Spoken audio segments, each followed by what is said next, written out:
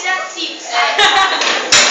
E ela é bioma executivo que quando vem pra cidade tem que vir roupa normal, né? Quando vem na fundação tem que vir normal. Ela representa os índios na fundação. Eu vou falar. A gente foi na FUNAI, que é a Fundação Nacional do Índio, que surgiu em 1967. Só que antes teve o SPI, que é Serviço de Proteção ao Índio. Ele preservava a cultura indígena, cuidava dele, acompanhamento. Só que daí, com isso, ele foi tendo muito índio. E daí eles foram pegando agricultores, militares. Foi a Tereza Débito, a diretora da FUNAI. E daí ele estava tendo escravidão e... eles estavam maltratando os índios. Aí isso surgiu, foi substituído pela FUNAI, que agora é os dias de hoje. Antes da chegada dos europeus na América, havia aproximadamente 100 milhões de índios no continente. Só em território brasileiro, esse número chegava a 5 milhões de nativos, aproximadamente. E atualmente calcula-se que 400 mil índios que ocupam o território brasileiro, eles vivem em reservas demarcadas e protegidas pelo governo e pela FUNAI. Cerca de 200 etnias indígenas e 170 línguas se manteram, mas são bem poucos usadas. Os indígenas que habitavam o Brasil em 1500 viviam da caça, da pesca e da agricultura, de milho, amendoim, feijão, abóbora, batata doce e principalmente mandioca.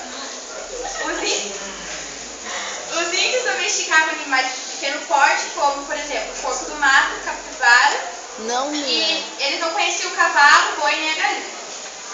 As tribos indígenas possuíam uma relação baseada em regras sociais, políticas e religiosas.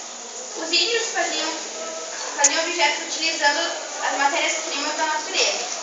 O índio respeitava muito o meio ambiente, retirando dele somente o necessário para sua sobrevivência.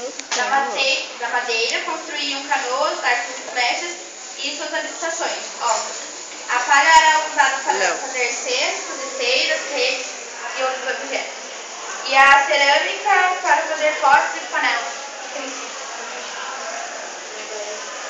Entre os indígenas, não há classes sociais como as dos homens brancos. Todos têm o mesmo direito e recebem o mesmo tratamento. A terra, por exemplo, é de todos. Quando um índio caça, ele costuma dividir com os habitantes da tribo. Apenas os instrumentos tipo machado, arco, flechas, peões são de propriedade individual. O trabalho na tribo é realizado por todos, porém possui uma divisão por sexo e idade. As mulheres são responsáveis pela comida, crianças, colheita e plantio, já os homens da tribo ficam encarregados de trabalho mais pesado, caça, pesca, guerra e derrubada de árvores. Os pequenos índios, conhecidos como curumins, aprendem desde pequenos a observar o que os adultos fazem e vão treinando desde cedo. Portanto, a educação indígena é bem prática e vinculada à realidade da vida da tribo. Quando atingem aos 13 e 14 anos, os jovens passam por um teste e uma cerimônia para ingressar na vida. E existem algumas tribos canibais, como por exemplo os tupinambás, que habitavam no litoral da região sudeste do Brasil. E era praticado porque eles acreditavam que, como eles comiam a carne do inimigo, eles iam incorporar a sabedoria, a valentia e o conhecimento. Aí eles não se alimentavam da carne de pessoas fracas ou covardes, porque senão eles pensavam que ia ficar fracos ou covardes. E a prática do canibalismo era feita em rituais simbólicos. Religião indígena. Cada nação indígena possuía crenças e rituais religiosos, diferenciados, porém, todas as tribos acreditavam nas forças da natureza, nos espíritos dos antepassados. Por estes deuses e espíritos faziam rituais, cerimônias e festas. O pajé era responsável por transmitir este conhecimento aos habitantes da tribo. Algumas tribos chegavam a enterrar o corpo dos índios em grandes vasos de cerâmica, onde além do cadáver ficavam os objetos pessoais.